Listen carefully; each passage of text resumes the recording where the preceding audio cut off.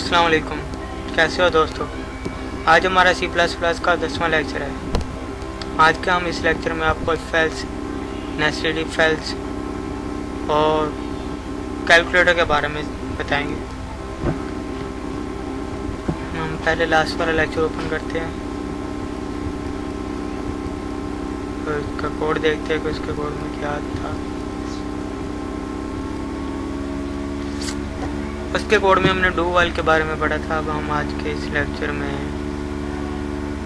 If else के बारे में पढ़ेंगे। इफ की कंडीशन, पहले हम यूजर से ना वैल्यू लेते हैं कि वो कुछ एंटर था।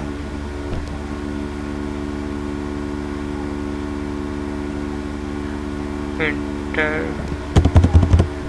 1 for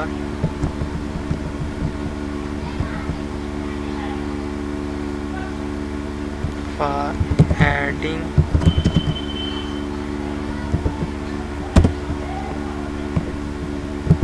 two numbers। ठीक है,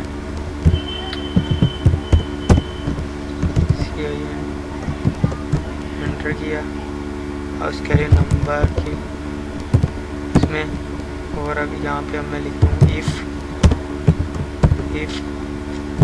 number is equal to 1, number is equal to 1 हुआ, नंबर 1 है, नंबर नहीं है, नंबर 1 है, नंबर 1 इज इक्वल टू 1 हुआ, तो फिर यहाँ पे वो enter adding for, enter 1 for adding if number is equal to 1। अगर वो 1 एंटर करेगा तो यहाँ पे आए see out enter the first number, यहाँ पे सीन यहाँ पे लिख देता हूँ FIR फर्स्ट, और यहाँ पे सी आउट करता हूँ मैं enter the second number, second number. ठीक है, और यहाँ पे इसमें आउट करवा देता हूँ FIR 1 SEC, और यहाँ पे मैं इसकी दो वैल्यू जो मैंने यूज़ की उसे डिक्लेयर करता हूँ FIR फर्स्ट और SEC सेकंड। ठीक है, और अगर वो 1 के अलावा कुछ और इंटर करता है, यहाँ पे मैंने लिखा है इंटर 1 फॉर एडिंग 2 नंबर, और अगर वो 1 के अलावा कुछ इंटर करता है तो यहाँ पे मैं लिखता हूँ एल्स यूज़ किया और आउट, और इसके मैं यहीं से ले लेता हूँ ये वाली सारी, और यहाँ पे इंटर की, और यहाँ पे अब मैं मल्टी लिख देता हूँ। ठीक है, अगर तो वो 1 इंटर करेगा तो फिर तो ऐड होगा, अगर वो 1 के अलावा कुछ और इंटर करेगा तब वो मल्टी होगा। अब हम चेक करते हैं क्या वो ये ठीक है। F11 मैं 1 इंटर करता हूँ, तो 2 वैल्यू 2 20 और 40 आना चाहिए, 40। ठीक है, अब मैं दोबारा इंटर करता हूँ, अब मैं 2 इंटर करता हूँ। 2 का मतलब वो मल्टी करेगा, यानी कि 1 के अलावा कुछ भी इंटर करे वो मल्टी करे। अब मैं फिर 20 इंटर करता हूँ, अगेन 20, अब वो मल्टी करेगा, अब उसका 400। अब मैं दोबारा फिर रन करता हूँ, और यहाँ पे लिखता हूँ मैं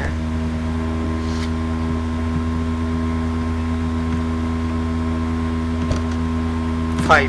ठीक है, और यहाँ पे मैं लिखता हूँ 2, और यहाँ पे लिखता हूँ 3, मल्टी करेगा, यानी कि 1 के अलावा मैं कुछ भी लिखूँगा वो मल्टी ही करेगा। अगर अब मैं इसके एल्स के साथ इफ़ की कंडीशन लगाता हूँ, इफ़ की कंडीशन लगाई, अगर नंबर 1 इक्वल हुआ 2 के, तब वो करे मल्टी, ठीक है। अगर नंबर 1 के इक्वल हुआ तो प्लस, अगर नंबर 2 के इक्वल हुआ तो वो मल्टी। और यहाँ पे मैं एक और लिख देता हूँ, Ctrl+C Ctrl+D। अगर नंबर इंटर 2 फॉर मल्टी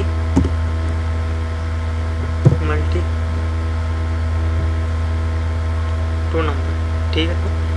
और अब यहाँ एंटर करता हूँ, ओ इसके अंदर इस क्लास पे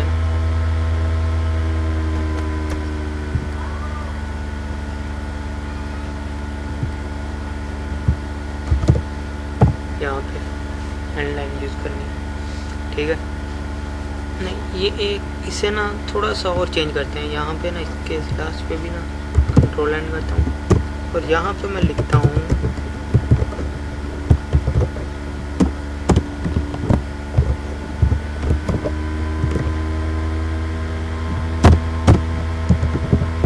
चूज द ऑप्शन, ठीक है ना। चूज द ऑप्शन टैब, और यहाँ से ये टैब लिखने का कोई फ़ायदा नहीं अब, क्योंकि अब कौन सा टैब उसके साथ है। अब तो टैब यहाँ पे और यहाँ पे सेमीकोलन। अब वो चूज़ द ऑप्शन कहेगा, चूज़ द ऑप्शन, ठीक है ना। चूज़ द ऑप्शन, और इसमें थोड़ा सा और चेंजिंग, वो यहाँ पे 4 टैब यूज़ किया, वो आगे हमें आराम से चूज़ द ऑप्शन कहे। Inter 1 for adding 2 number, inter 2 for multi 2 number, ठीक है। चूज़ द ऑप्शन, अब मैं 2 एंटर करूँ, अब वो मल्टी करेगा। अब मैं एंटर करता हूँ 2 और फिर 2, 4 एंटर हो गया। अब मैं दोबारा रन करता हूँ, अब मैं एंटर करता हूँ 1 और 2 एंटर किया और 3 एंटर किया, 5, ठीक है। अब उसने ऐड किया, पहले उसने मल्टी किया। और अगर मैं अब एंटर करता हूँ 3, तो आप देखते क्या करता है, कुछ भी नहीं, क्योंकि हमने 3 को कहीं कमांड दी ही नहीं है फेल्स में। अगर 3 हम यहाँ पे इसी एल्स को कंट्रोल करके इस यहाँ पे करते हो, ये वाली कंडीशन ख़त्म करते हो और इसे, अब वो 1 के अलावा 2 के अलावा 1 और 2 के अलावा जो भी एंटर करेगा वो वो डिवाइड ही करेगा, ठीक है ना। 1 और 2 के अलावा जो भी एंटर करेंगे ना, जैसे पहले हमने 3 एंटर किया तो उसने कुछ नहीं किया, अब वो करेगा लेकिन करेगा डिवाइड ही। 3 को डिवाइड किया 1 पे, 3 आंसर, ठीक है ना। अब हमें खुद देखना होगा ना कि हम पहला नंबर थोड़ा दूसरे नंबर से बड़ा लिखना, हम इसे अब 2 आंसर, ठीक है ना। और अगर हम यहाँ पे लिखें, फिर कंडीशन लगा दूँ मैं यहाँ पे 3 की, और यहाँ पे मैंने लिखी 3 की कंडीशन, यहाँ पे लिखा मैं 3। अब वो करेगा डिवाइड, 3 वाले पे डिवाइड ही होगा, तो मैं यहाँ पे 2 और 1, ठीक है ना। अब उसने 2 आंसर दिया, अब वो डिवाइड ही होगा। और एक मैं लिखता हूँ और लास्ट, Ctrl+C Ctrl+V, और यहाँ इसकी कंडीशन मैं वैसे ही काट देता हूँ। और अब मैं कुछ चेंजिंग बदल के यहाँ पे मैं लिखता हूँ मल्टी, और इसके लिए 3 और सब्ट्रैक्ट के लिए 2 का यूज़ करता हूँ, और हेडिंग के लिए 1 का। और यहाँ पे मैं लिखता हूँ 1 और 2 के लिए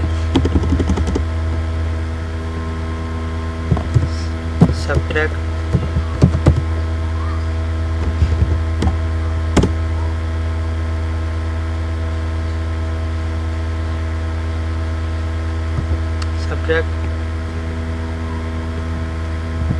और इसमें कॉपी,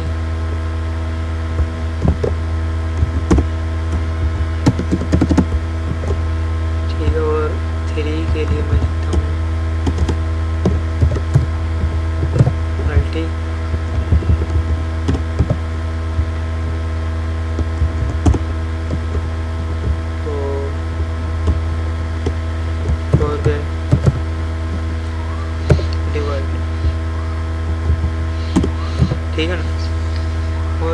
से एक काट दिया और यहाँ पे मैं लिखता हूँ हैंडल, ठीक है ना। अब ये हमारा कैलकुलेटर कंप्लीट, और यहाँ पे मैं लिखता हूँ 4 लिखता हूँ। पहला नंबर मैंने छोटा लिख दिया, दूसरा बड़ा, ये देखिए आंसर आया हमारा 0। ये हमारा कैलकुलेटर तो हो गया, लेकिन इंटीजर के साथ हम इसे करते हैं फ्लोट के साथ, ताकि हमें ये डॉट का आंसर भी दे। अब मैं फिर वही 4 और 1 और 2, ठीक है ना। अब ये हमारा कैलकुलेटर कंप्लीट है।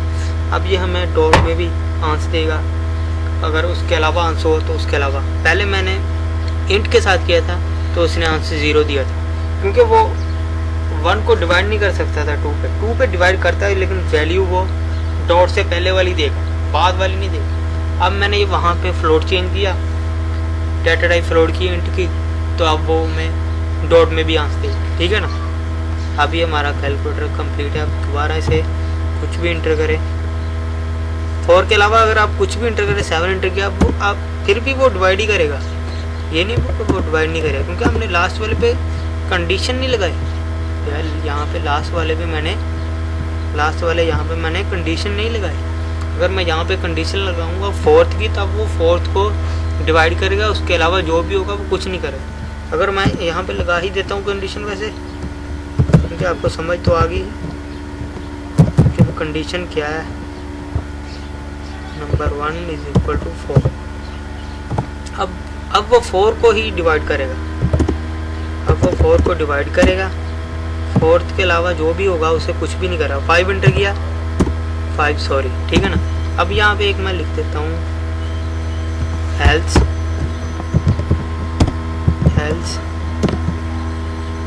और यहाँ पे मैं लिखता हूँ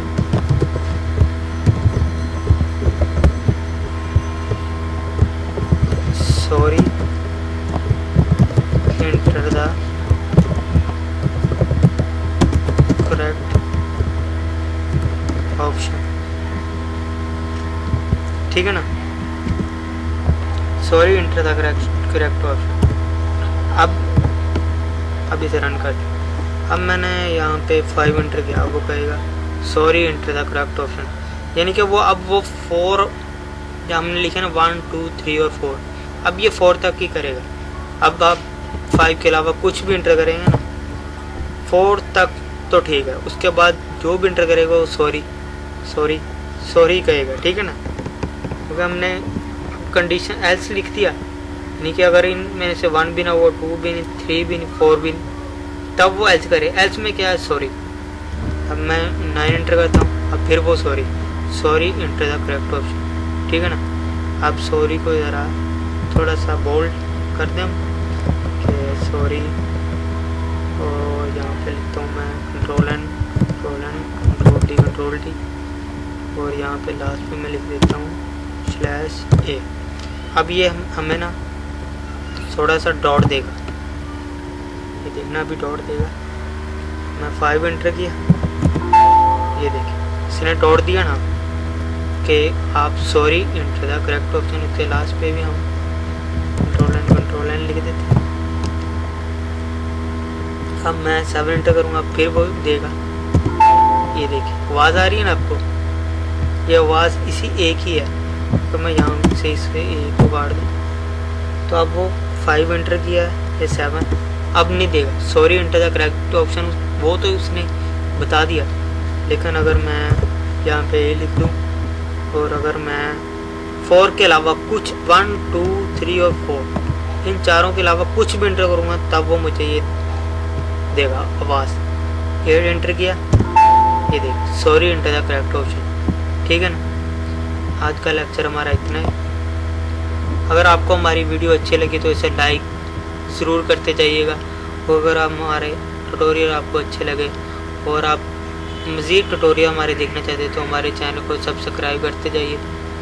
सब्सक्राइब करने से आपका कुछ नहीं जाएगा, तो इसे सब्सक्राइब करते जाइए, और इस वीडियो को लाइक और दूसरों दोस्तों के साथ शेयर करते जाइए, जिसको भी आप जानते हो कि वो C++ सीखना चाहता है या आप, तो फिर आप इसे वीडियो को ज़रूर लाइक और शेयर करते जाइए।